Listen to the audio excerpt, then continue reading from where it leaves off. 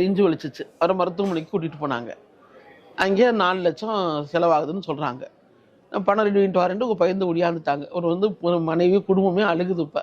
ஏன்னா 4 லட்சம் பணம் அவங்களால ரெடி பண்ணவே முடியாது, நினச்சி கூட பார்க்க முடியாது, அவ்வளவு ஏழை. அவங்கள காப்பாற்றணுமா இல்லையா? அவங்க சரின்னா அடுத்த மருத்துவத்துக்கு வராங்க, சித்த மருத்துவத்துக்கு வராங்க. நம்ம ஏதாவது பண்ணி காப்பாற்றணும்ல. இந்த பிரண்டை இருக்கு இல்லையா, பிரண்டையில் ஒரு ரசம் இருக்குது. அந்த ரசத்தை பண்ணி ஒரு சாப்பிட்டுக்கிட்டே வந்தாக்க ஹார்ட் அடைப்புலேருந்து அடைப்பு எடுபட்டு போயிடும்.